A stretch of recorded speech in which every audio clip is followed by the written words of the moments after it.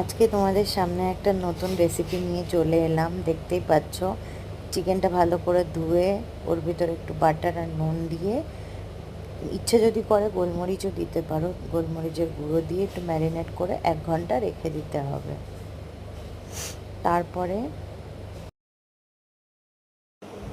তারপরে আমরা আদা, রসুন আর লঙ্কাকে ভালো করে পেস্ট করে নেব।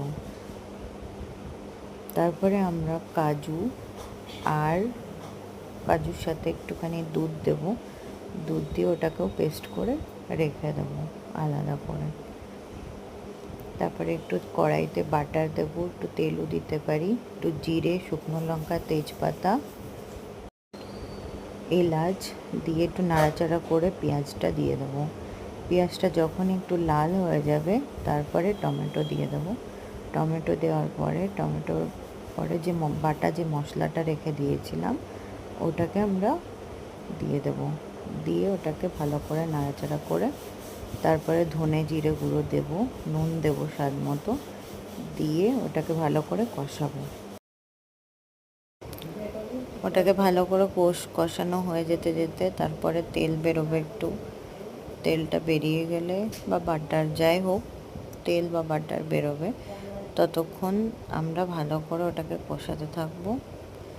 তারপরে আমরা চিকেনটাকে ম্যারিনেট করা যে চিকেনটা ছিল ওটাকে আমি কড়াইয়ের ভিতরে ঢেলে দেবো। দেওয়ার পরে ভালো করে নাড়াচাড়া করে ঢাকা দিয়ে রেখে দেবো কিছুক্ষণ। ঢাকা দিয়ে একটু হাই ফ্লেম করে দেবো, দিলে ওটা ফুটতে লাগবে।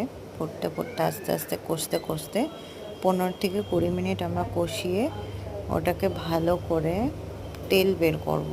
চিকেনের থেকে তেলটা যখন বেরিয়ে যাবে তারপরে আমরা যে কাজু আর দুধ দিয়ে যে বাটাটা করে রেখেছিলাম, পেস্টটা করে রেখেছিলাম, ওই পেস্টটাকে আমরা চিকেনটার মধ্যে ঢেলে দেব।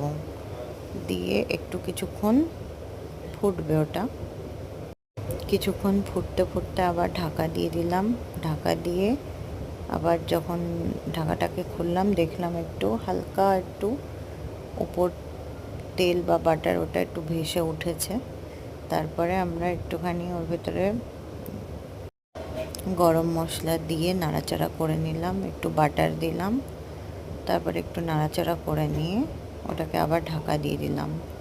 পরে যখন ঢাকাটা খুললাম ভালো করে ওটার থেকে তেলটা বেরিয়ে গেছিলো। চাইলে একটুখানি ড্রাই রাখতে পারি, ড্রাই